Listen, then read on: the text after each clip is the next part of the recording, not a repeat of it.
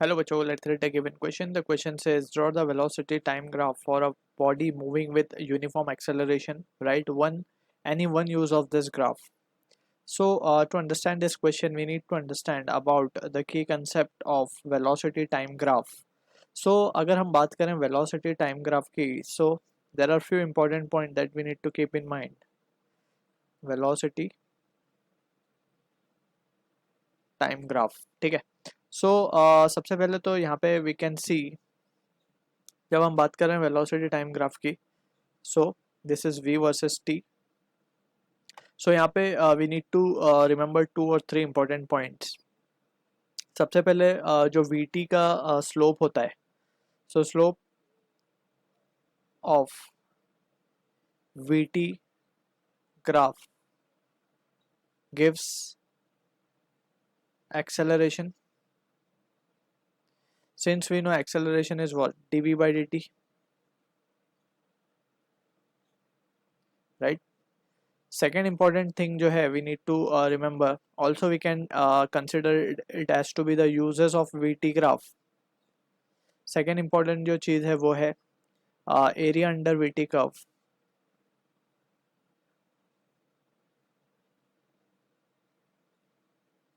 With time axis, with t axis we need to be careful, gives displacement.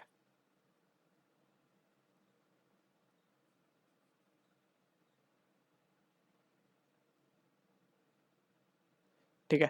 So these are two important use, or rather we will say कि these are the important point regarding the velocity time graph. तो अगर हम बात करें यहाँ पे for a case of uniform acceleration, uniform acceleration का क्या मतलब है कि uniform acceleration means velocity is change in velocity at same pace. Velocity या फिर सेम रेट हम कह सकते हैं, ठीक है. Velocity is changing at the same rate, यानी कि अगर हम बात करें 1 सेकंड के अंदर अगर let's say 2 metre per second velocity change हो रही है, सो हर दूसरे सेकंड के अंदर भी it will change 2 metre per second. So it will keep on changing 2 metre per second. जैसे हम बात करते हैं एक्सेलरेशन ड्यू टू ग्रेविटी की, जब हम बात करते हैं तो it is 9.8 metre per second square. सो इसका मतलब है कि 9.8 मीटर पर सेकंड हर सेकंड में वो चेंज हो रही है, ठीक है. हर सेकंड वो इतनी बढ़ जा रही है वेलोसिटी, ठीक है. तो that is what the meaning we need to understand. अब यूनिफॉर्म एक्सेलरेशन है तो वेलोसिटी कांस्टेंट रेट से बढ़नी होगी. कांस्टेंट रेट से बढ़ने के लिए we can plot the graph in this way, क्योंकि यहाँ पे हमने जैसे पॉइंट डिस्कस किया है कि स्लोप ऑफ वीटी कर्व का जो स्लोप है that is dv by dt इज नथिंग बट द एक्सेलरेशन. अब स्लोप यहाँ पे वी कैन सी हर पॉइंट पे स्लोप, क्योंकि एक्सेलरेशन इज कांस्टेंट एक्सेलरेशन की बात हो रही है या यूनिफॉर्म एक्सेलरेशन की बात हो रही है, तो slope has to be constant, right. So हम देख सकते हैं किसी भी 2 पॉइंट पे अगर हम स्लोप निकालें,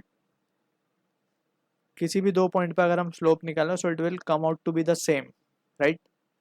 अब स्लोप का दूसरा फॉर्मूला भी from the graph we can see it can be written as tan theta. tan theta क्या होगा, basically change in velocity at this 2 point, यानी कि अगर 1 और 2 पॉइंट हमने मान लिया, सो चेंज इन वेलोसिटी यानी v2 माइनस v1 अपॉन जो भी एक्सिस पे टाइम होगा t2 minus t1, right. So this is how we can calculate the slope.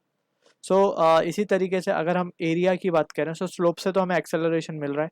So this is what the graph we can say for uniform acceleration we can plot, ठीक. अब यहाँ से we can सी, ये तो हो गई बात स्लोप की. अगर हम बात करें area under the curve, so area under the curve की जब हम बात करते हैं, so we are talking about this area. जैसे हमने यहाँ डिस्कस किया, एरिया अंडर डिस्प्लेसमेंट देता है और वो इस एरिया की हम लोग बात कर रहे थे. So this is the area we are considering, ठीक. So we can say area जो है अंडर वो डायरेक्ट हमें क्या देगा, that will give the displacement. और क्योंकि वी कैन सी कि डिस्प्लेसमेंट हमने यहाँ पे एक वेक्टर क्वांटिटी है, so we need to be careful कि कहाँ पे एरिया प्लस लेना है, कहाँ माइनस. अगर नीचे होगा एक्सेस के, सो it will be taken minus, और ऊपर होगा तो प्लस लेंगे हम.